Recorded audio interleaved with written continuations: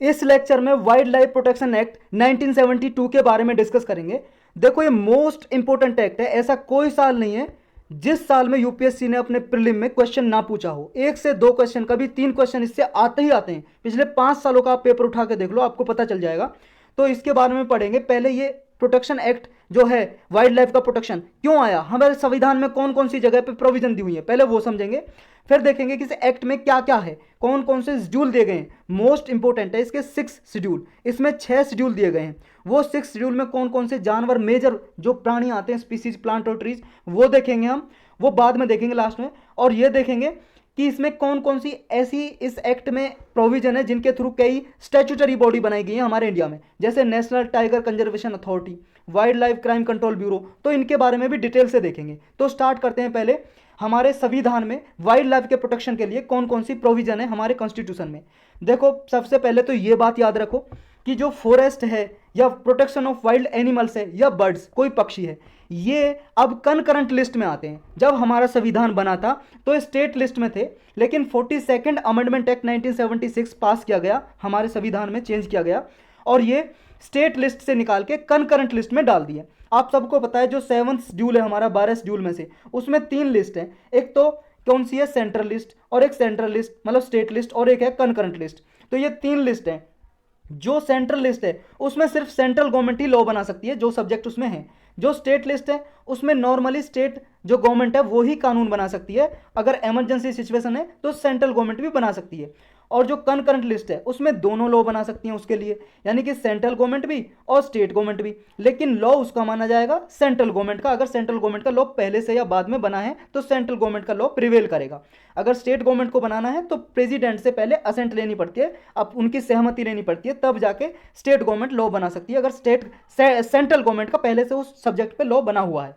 तो ये जो फॉरेस्ट है, जो वाइल्ड लाइफ एनिमल है, बर्ड्स है, पक्षी है, किस में आएंगे, कनकरेंट लिस्ट में। यानी कि फॉरेस्ट के लिए या एनिमल बर्ड्स हैं जो जंगली जानवर हैं, उनके लिए दोनों लॉ बना सकते हैं, सेंट्रल गवर्नमेंट भी और स्टेट गवर्नमेंट भी। लेकिन अगर स्टेट गवर्नमेंट का लॉ है, पहले बना हो या बाद में बना हो, तो सेंट्रल गवर्नमेंट का लॉ ही माना जाएगा, सेंट्रल गवर्नमेंट का लॉ प्रिवेल करेगा। अगर सेंट्रल गवर्नमेंट के लॉ के अगेंस्ट बनाना है स्टेट गवर्नमेंट को लॉ या कानून, तो उसे प्रेसिडेंट की असेंट लेनी पड़ेगी।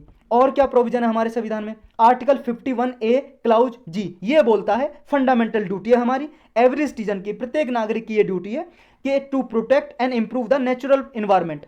जो फॉरेस्ट या वाइल्ड लाइफ है, हमारा प्राकृतिक जो पर्यावरण है, उसको बचाना है, प्रोटेक्ट करना है और इंप्रूव करना है। हमारा जो डीपीएसपी है उसमें भी दिया गया है आर्टिकल 48A, ये बोलता है कि हर एक स्टेट को ये एंडीवर प्रयत्न करना है कि प्रोटेक्ट करना है, इंप्रूव करना है इन्वायरमेंट को, और फॉरेस्ट वाइल्ड लाइफ को हमारी कंट्री में सेफ गार्ड करना है, रक्षा करनी है।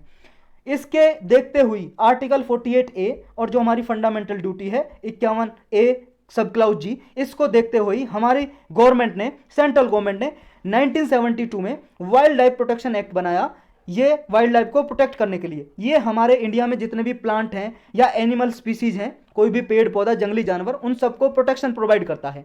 ये जब बनाया गया था सारे इंडिया में लागू हो गया था, एक्सेप्ट जम्मू एंड कश्मीर। जम्मू कश्मीर में लागू नहीं हुआ था, क्योंकि देखो जब उसकी असेंबली को, जब जैसे मान लो कोई एक्ट बना हमारे पूरे कंट्री के लिए, लेकिन जम्मू कश्मीर में लागू करने के लिए उसकी असेंबली से सहमति लेनी पड़ती थी, यानी कि उसको स्पेशल स्टेटस दिया हुआ था। लेकिन आप सबको पता है 370 जिसके जरिए, 370 आर्टिकल के जरिए दिया हुआ था स्पेशल स्टेटस का दर्जा, वो हटा दिया। अब सब पूरे इंडिया में लागू होएगा ये। देखो इस लेजिस्लेशन में जो है, इसकी जब ये 1972 में ये लेजिस्लेशन, यानी कि ये कानून है, लेजिस्लेशन का मतलब कानून, लॉ, जब 1972 में बना था, उससे पहले हमारे जो देश में सिर्फ 5 नेशनल पार्क थे, 5 नेशनल पार्क। लेकिन अब की बात करें इंडिया में तो 104 नेशनल पार्क है हमारे इंडिया में। इसमें कुछ अथॉरिटी अपॉइंट की जाती हैं, वो कौन सी अथॉरिटी हैं और कौन कौन सी बॉडी हैं, कौन कौन सी ऑर्गेनाइजेशन बनाई जाती हैं, अब वो डिस्कस करेंगे। उसके बाद शेड्यूल करेंगे। देखो शेड्यूल बहुत इंपॉर्टेंट है, इसके 6 शेड्यूल, वो जरूर देखना लास्ट में। और ये तो इंपॉर्टेंट है ही, देखो ये बॉडी तो पूछ ली जाती हैं, तो कौन कौन सी अथॉरिटी हैं। देखो सेंट्रल गवर्नमेंट एक डायरेक्टर अपॉइंट करता है, director of wild life preservation. ये डायरेक्टर कौन अपॉइंट करेगा, किसके पास पावर है, सेंट्रल गवर्नमेंट के पास पावर है। और इस डायरेक्टर को असिस्ट करने के लिए असिस्टेंट डायरेक्टर होते हैं इसकी सहायता करने के लिए, और अदर ऑफिसर भी जो होते हैं जो डायरेक्टर के सबऑर्डिनेट होते हैं, मतलब इससे छोटे होते हैं, तो इन्हें सब सेंट्रल गवर्नमेंट अपॉइंट करती है।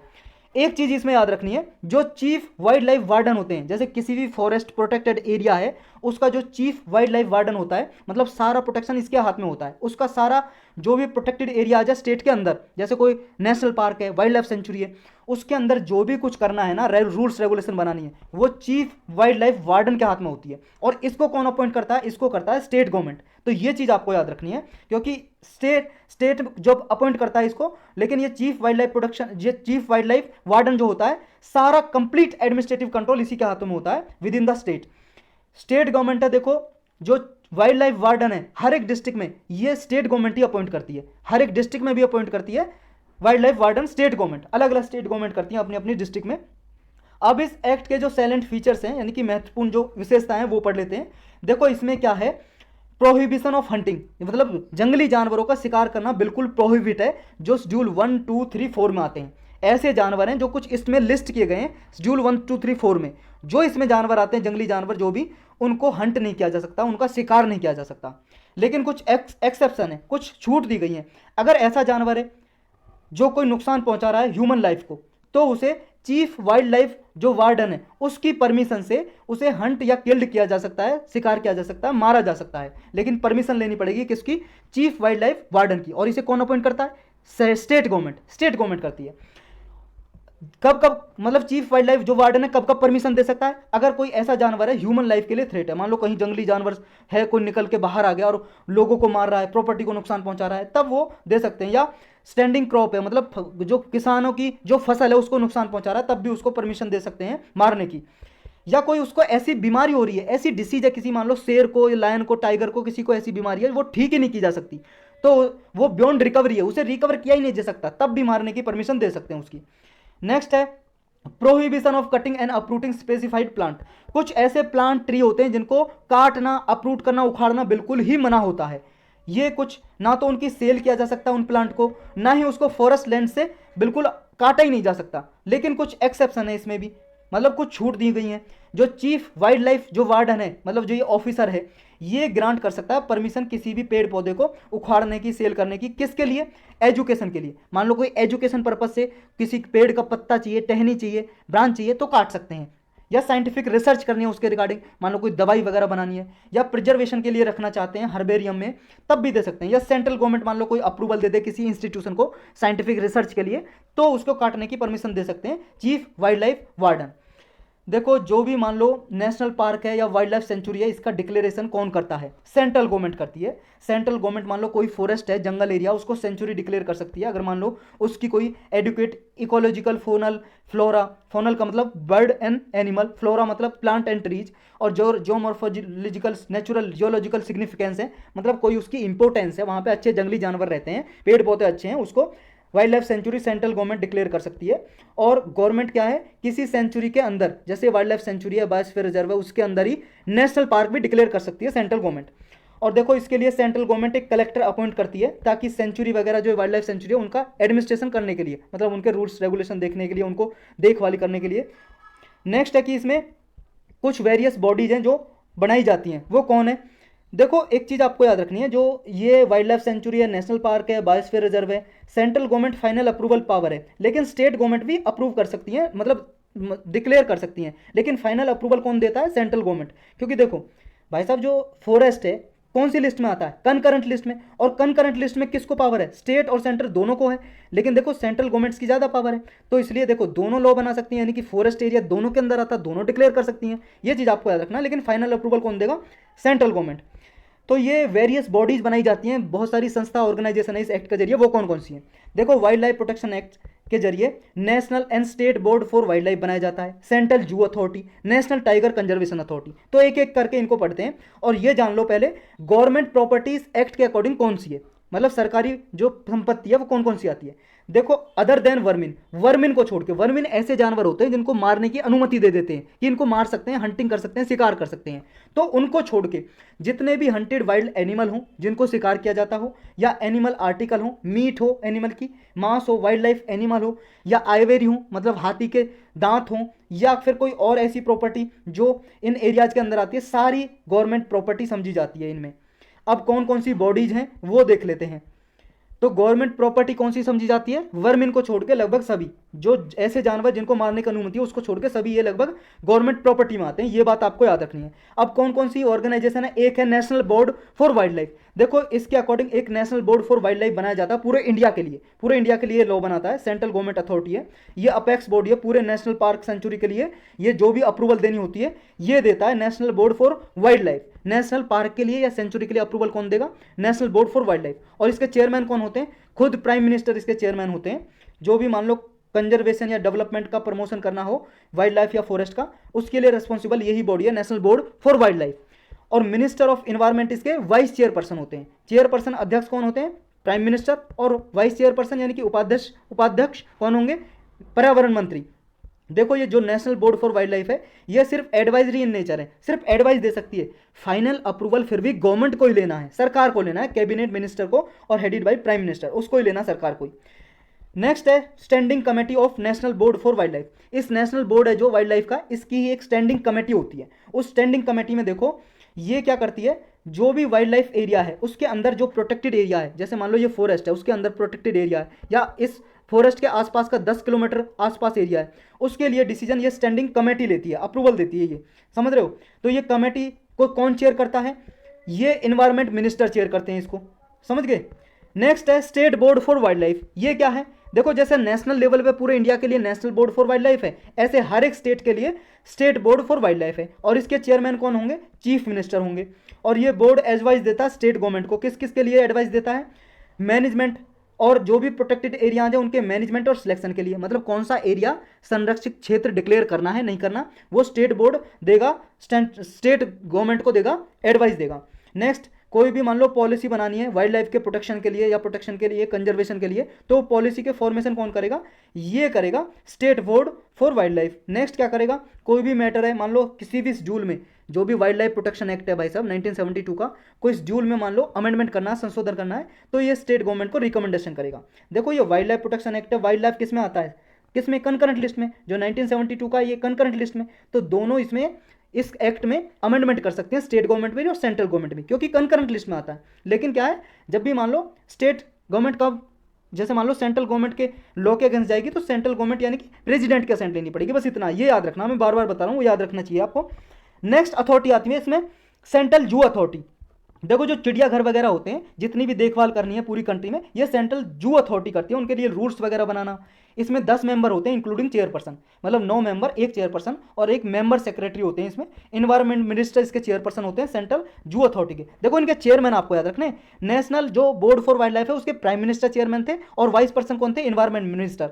और इन्वायरमेंट मिनिस्टर इसके चेयरपर्सन है। इसके अध्यक्ष कौन है? सेंट्रल जू अथॉरिटी के इन्वायरमेंट मिनिस्टर। और ये जितने भी रिकग्निशन किसी जू को डिक्लेयर करना, चिड़ियाघर, ये रिकॉग्नाइज करती है ये सेंट्रल जू अथॉरिटी। किसी भी एनिमल को ट्रांसफर करने की अनुमति सेंट्रल जू अथॉरिटी ही देती है। मतलब एक चिड़ियाघर से दूसरे चिड़ियाघर में कोई एनिमल ले जाना है तो सेंट्रल जू अथॉरिटी से परमिशन लेनी पड़ती है। नेक्स्ट इसमें आता है नेशनल टाइगर कंजर्वेशन अथॉरिटी। देखो एक टाइगर टास्क फोर्स बैठी थी, उसने कुछ सिफारिशें की गवर्नमेंट से, उसने रिकमेंडेशन की, उसकी रिकमेंडेशन पे नेशनल टाइगर कंजर्वेशन अथॉरिटी बनाई गई 2005 में। इसके जो चेयरपर्सन होते हैं वो इन्वायरमेंट मिनिस्टर होते हैं, और जो स्टेट के इन्वायरमेंट मिनिस्टर होते हैं वो इसके वाइस चेयरपर्सन होते हैं, यानी कि उपाध्यक्ष होते हैं।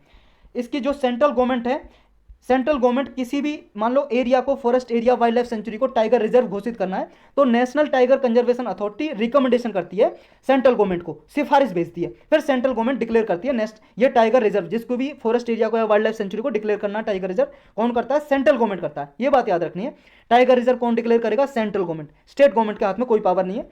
नेक्स्ट ये है इसमें कि अब तक टोटल हमारे कंट्री में 52 टोटल टाइगर रिजर्व हो गए हैं। 1972 का जो एक्ट है इसके अंदर 52 टाइगर रिजर्व डिक्लेयर कर दिए गए हैं। नेक्स्ट इसके अंदर अथॉरिटी आती है wild life crime control bureau.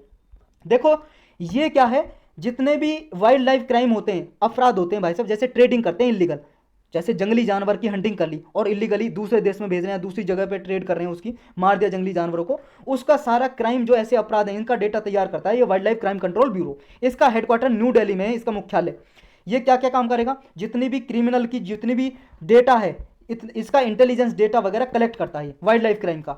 और ये एक centralise wild life crime data bank बनाता है, मतलब एक जगह इसका डेटा होता है सारा इकट्ठा, और सारा डेटा मिल जाता है एक जगह पे। सेंट्रल गवर्नमेंट को असिस्ट करता है, सहायता करता है वाइल्ड लाइफ क्राइम से डील करने के लिए। नेक्स्ट है गवर्नमेंट को ये एडवाइस देता है, गवर्नमेंट ऑफ इंडिया को वाइल्ड लाइफ क्राइम से रिलेटेड मान लो नेशनल या इंटरनेशनल रेविफिकेशन या कोई पॉलिसी या लॉ कानून बनाना है तो ये सेंट्रल गवर्नमेंट को असिस्ट करता है, सहायता करता है, एक तरह से एडवाइस देता है।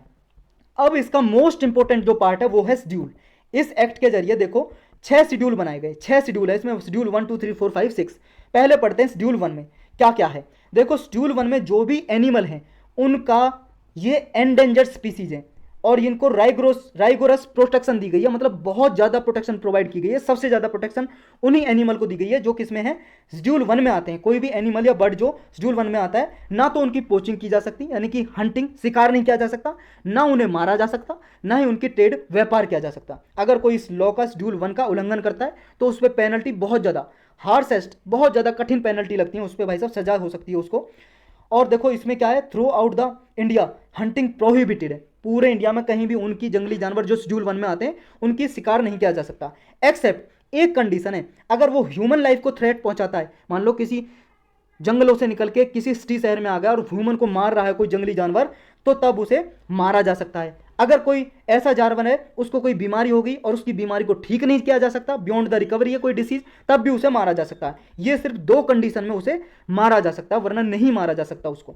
तो इसमें देखो कुछ एनिमल हैं जो इसमें आते हैं, जैसे ब्लैक बक वगैरह, ये बहुत सारे एनिमल हैं, एक एक करके हम देखते हैं इसको। ये है ब्लैक बक, ये देखो ब्लैक बक आपको दिखाई दे रही है, ये बंगाल टाइगर है, ये बंगाल टाइगर है। ये देखो क्लाउडेड लियोपार्ड है, ये है स्नो लियोपार्ड, ये ठंडे इलाकों में मिलता है। ये है स्वैम्प डियर, 12 सींगा भी बोलते हैं, इसके बारे में लास्ट ईयर क्वेश्चन पूछा था। इसके 12 सींग हैं, यानी कि इसके 12 सींग हैं, इसलिए इसको 12 सींगा भी बोलते हैं। स्वैम्प डियर इंग्लिश में बोलते हैं। इसके 12 सींग गिन लो, 12 ही होंगे, जनरली 12 ही होते हैं। नेक्स्ट है हिमालयन बियर, ये भालू है, हिमालयन भालू। नेक्स्ट है एशियाटिक चीता, ये एशियाटिक चीता भाई साहब ये इंडिया में अब नहीं मिलता, केवल एक कंट्री में मिलता है ये पूरी एशिया में, वो है ईरान। ईरान में मिलता है एशियाटिक चीता। नेक्स्ट है कश्मीरी टैग, इसको हंगुल भी बोलते हैं, ये कश्मीरी टैग। ये सारे डियर होते हैं ना, हिरन, हिरन की प्रजाति हैं ये, ऐसे जैसे भी दिखाई देते हैं ना, ये कश्मीरी टैग, स्वैम्प डियर हो गया, हिरन वो भी डियर है 12 सींगा। ये फिशिंग कैट है, ये फिशिंग कैट है भाई साहब, बिल्ली। नेक्स्ट है लायन टेल्ड मकैक, ये बंदेरा है, इसका शेर की जैसी पूंछ होती है और ऐसा ही मुंह होता है, इसलिए लायन टेल्ड मकैक इसका नाम है। नेक्स्ट है मस्क डियर, ये भी हिरन की प्रजाति है, ये ठंडे इलाकों में मिलता है, कश्मीर वगैरह में। नेक्स्ट है राइनोसोर, राइनोसोर मतलब गेंडे। ये गेंडे देखो कई तरीके के मिलते हैं, एक सींग वाले गेंडे, देखो इसका एक सींग है यहाँ नाक के ऊपर, 2 सींग वाले गेंडे भी मिलते हैं, 2 सींग है इसके नाक के ऊपर, किसी के पास एक सींग भी नहीं होता, तो ये कई तरीके के होते हैं। नेक्स्ट है ब्रो एंटलर्ड डियर, ये है ब्रो एंटलर्ड डियर, हिरन है ये भी। नेक्स्ट है चिंकारा, इंडियन गजले भी बोलते हैं इसको, चिंकारा, इसके सींग देखो बहुत ही खतरनाक है, किसी को लग गए तो बस मार ही देंगे उसको। नेक्स्ट है केप्ड लंगूर, ये है भाई साहब लंगूर बंदर। नेक्स्ट है गोल्डन लंगूर, इसका कलर गोल्डन जैसा होता है, सोने जैसा, ये गोल्डन लंगूर। ये हुलॉक गिब्बन, ये हुलॉक गिब्बन है, देखो इसका मुंह थोड़ा वाइट वाइट सा होता है, इसे बॉर्डर एरिया इसका। नेक्स्ट आता है शेड्यूल सेकंड, शेड्यूल सेकंड में भी देखो हाईएस्ट प्रोटेक्शन दी गई है, लेकिन फर्स्ट शेड्यूल में जितनी प्रोटेक्शन है उससे थोड़ी कम है। इसमें भी देखो हंटिंग नहीं की जा सकती, इसमें देखो 2 कंडीशन पे की जा सकती है। 2 कंडीशन तो वही है, एक तो अगर ह्यूमन लाइफ को थ्रेट है या उसकी डिसीज ऐसी है जो ठीक नहीं हो सकती। नेक्स्ट है अगर वो क्रॉप वगैरह को, मान लो किसान की फसल को नुकसान पहुंचा रहा है, फसल को ये नुकसान पहुंचा रहा है, बर्बाद कर दी पूरी फसल, प्रॉपर्टी को नुकसान पहुंचा रहा है, तब भी उसको हंट किया जा सकता है। तो एक और कैटेगरी जुड़ गई इसमें, प्रॉपर्टी को नुकसान है तब भी उसको मारा जा सकता है। और इसमें कौन कौन से आते हैं, इसमें देखो ये आते हैं Assamese macaque, pig tailed macaque, stamp tailed macaque, देखो इस तरह के होते हैं, सारे बंदर होते हैं। ये जो आपको पिक्चर दिखाई दे रही है ये है पिग टेल्ड मकैक, पिग मतलब सुअर, सुअर की जैसी पूंछ होती है इसकी, इस वजह से इसका नाम है पिग टेल्ड मकैक, टेल का मतलब होता है पूंछ। नेक्स्ट है बंगाल हनुमान लंगूर, ये भाई साहब हनुमान लंगूर है।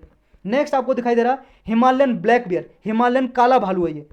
नेक्स्ट है देखो हिमालयन जो ब्राउन बियर है, जो गोरा भालू है वो आता है शेड्यूल 1 में, और जो काला भालू है ये सेकंड शेड्यूल में आता है। नेक्स्ट है हिमालयन न्यूएथ या सालामेंडर, ये सालामेंडर है। नेक्स्ट है जेकाल, ये जयकाल है, भालू जैसा मतलब उसके जैसा जो गीदड़ होता है। नेक्स्ट है ये फ्लाइंग स्क्वेरल, ये उड़ने वाली देखो वो है जो होती है ना गिलहरी, फ्लाइंग स्क्वेरल। नेक्स्ट है आपका स्पेम वेल, ये वेल है, समुद्र में पानी में पाई जाती है। नेक्स्ट है इंडियन कोबरा या किंग कोबरा, ये है भाई साहब किंग कोबरा। नेक्स्ट आता है शेड्यूल 3rd एंड 4th, देखो इसमें एंडेंजर्ड कैटेगरी में जो स्पीसीज होते हैं वो नहीं आते, इसमें और स्पीसीज आते हैं, लेकिन इसमें भी देखो इसमें क्या है, हंटिंग तो प्रोहिबिटेड है, शिकार नहीं, इनका भी नहीं किया जा सकता, लेकिन इसमें क्या है थोड़ी पेनल्टी कम होती है। मतलब अगर इस शेड्यूल 3rd और 4th के हंटिंग की जाए प्राणी की, जीव की, एनिमल की, तो उस पर कम पेनल्टी देती है सरकार, कम इसमें एक्ट के जरिए कम सजा है बाकी के 2 से। इसमें कौन कौन से एनिमल आते हैं, इसमें देखो ये आते हैं चीतल, भैरल वगैरह। इसमें ये चीतल है, स्पॉटेड डियर भी बोलते हैं, स्पॉट स्पॉट बने हुए होते हैं इस पे, स्पॉटेड डियर हिरन की प्रजाति है। नेक्स्ट है ब्लू शिप, नीला भेड़ या भैरल भी बोलते हैं इसको, भैरल, ये है भैरल। हीना, ये है हीना भाई साहब। नेक्स्ट है नीलगाय, ये नीलगाय है। ये नेक्स्ट है सांभर, डियर है ये भी, सांभर राजस्थान में ज़्यादा मिलता है। ये है स्पोंजिज, ये स्पोंजिज है, समुद्र के अंदर मिलते हैं स्पोंजिज।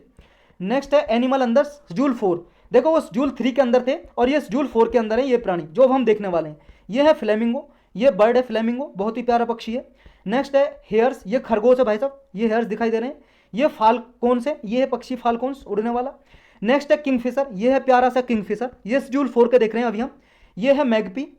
नेक्स्ट है हमारा हॉर्सू क्रैब, ये हॉर्सू क्रैब है जो आपको दिखाई दे रहा है। अब शेड्यूल 5 के देखो, शेड्यूल 5 में क्या है, वर्मिन आते हैं। वर्मिन ऐसे जानवर हैं जिनको मार सकते हैं, इनकी हंटिंग है भाई साहब, हंटिंग कर सकते हैं, कोई भी शिकार कर सकता है, आप भी मार सकते हो इन्हों। ये स्मॉल वाइल्ड लाइफ एनिमल होते हैं जो क्या है, बीमारी फैलाते हैं, डिसीज, और ये जो प्लांट होते हैं या फ्यूड उनको डिस्ट्रॉय कर देते हैं, बर्बाद कर देते हैं, खाने को या प्लांट को बर्बाद कर देते हैं। तो इन एनिमल की हंटिंग की जा सकती है, आप बिना किसी की परमिशन लिए हुए शिकार कर सकते हो। और कौन से एनिमल है जिनकी शिकार कर सकते हो आप, अभी आप हंसोगे, कौन से एनिमल है जिनकी शिकार कर सकते हो। एक तो है कॉमन क्रो, ये कोआ, जिसको हमारी तरफ बोलते हैं कौआ, ये कौआ भाई साहब। एक है फ्रूट बैट, ये है चमगादड़, इसका शिकार कर सकते हो। और नेक्स्ट है आपका रैट, चूहा, चूहे का शिकार आप कर सकते हो, लेकिन आप चूहे का भी शिकार नहीं कर सकते, मार नहीं सकते, बस अब बहुत तेज भागता है, कभी मार कर देखा हो तो आपने पता चलेगा। ये है चूहे की प्रजाति। दूसरा माइस, ये चूहे की दूसरी प्रजाति है माइस। इन 4 स्पीसीज है, ये चारों स्पीसीज आपको याद होनी चाहिए। देखो जो वर्मिन है जिनको हम शिकार कर सकते हैं, common crow, fruit bat, rates और माइस, ये 4 स्पीसीज हैं जिनको हम शिकार कर सकते हैं, शेड्यूल 5 में आते हैं। वर्मिन बोलते हैं इनको, वर्मिन, VERMIN, वर्मिन। नेक्स्ट है शेड्यूल 5, मतलब शेड्यूल 6, 5 तो हमने पढ़ लिया ना, अब शेड्यूल 6 आता है, 6वां शेड्यूल, ये लास्ट शेड्यूल है बस। देखो इसमें क्या है, इसमें कुछ स्पेसिफाइड प्लांट हैं, मतलब कुछ पौधे हैं जो इसमें रेस्ट्रिक्शन लगाई गई है। इन प्लांट और पौधे को क्या है, कल्टीवेट किया जा सकता है, लेकिन इनकी ट्रेड पे जब भी की जा सकती है, ट्रेड और कल्टीवेशन, जब परमिशन ले, पहले परमिशन लेनी पड़ेगी, तभी आप इन फसलों को उगा सकते हो और इनका ट्रेड व्यापार कर सकते हो। ये कौन कौन से स्पीसीज हैं इसमें, देखो ये 6 स्पीसीज हैं, मेजरली 6 स्पीसीज हैं। देखो हम इनमें जितने भी पढ़ रहे हैं वो मेजर स्पीसीज पढ़ रहे हैं, जो न्यूज में भी रहते हैं और मेजर हैं। इसमें है 6 शेड्यूल में ये बडोम्स साइकेड, ये इंडिया में पाया जाता है, इंडिया का नेटिव है, ये है भाई साहब ये पौधा बडोम्स साइकेड। नेक्स्ट है इसमें ब्लू वेंडा, ये ब्लू ऑर्चिड भी बोलते हैं, देखो ब्लू ब्लू जैसे फूल लगे हुए हैं, ब्लू ऑर्चिड या ब्लू वेंडा। और ये है रेड वेंडा, रेड ऑर्चिड भी बोलते हैं इसको। नेक्स्ट है इसमें कुट, ये कुट है, या सोसुरिया लापा भी बोलते हैं इसको, ये है कुट। नेक्स्ट आपका स्लीपर ऑर्चिड, ये स्लीपर ऑर्चिड है भाई साहब, और इसका साइंटिफिक नेम देखो, ये पफियो पेडिलम भी बोलते हैं इसको, ये है स्लीपर ऑर्चिड, बहुत ही प्यारा है। नेक्स्ट है लास्ट वन पिचर प्लांट, इसको नेपेंथेस खासियाना भी बोलते हैं, ये बहुत इंपॉर्टेंट प्लांट है। जो प्लांट दिखाई दे रहा है ये भाई साहब कार्निवोर है, मतलब ये ना मांसाहारी प्लांट है। ये क्या खाता है, कार्निवोर, कार्निवोर है तो मतलब ये इंसेक्ट वगैरह जो होते हैं ना, इंसेक्ट, कीड़े वगैरह, मच्छर वगैरह, उनको खा जाता है ये प्लांट। ये कार्निवोर है, मांसाहारी है, मांस खाता है ये पिचर प्लांट, ये याद रखना आप। ये 6th शेड्यूल में आता है, मोस्ट इंपॉर्टेंट प्लांट है, ये मांसाहारी प्लांट है। तो यही था बस इस लेक्चर में। देखो इसमें आप 2 से 3 या 1 से 2 क्वेश्चन हर साल पूछे जाते हैं और आपको इसमें से आसानी से अटेम्प्ट कर पाओगे।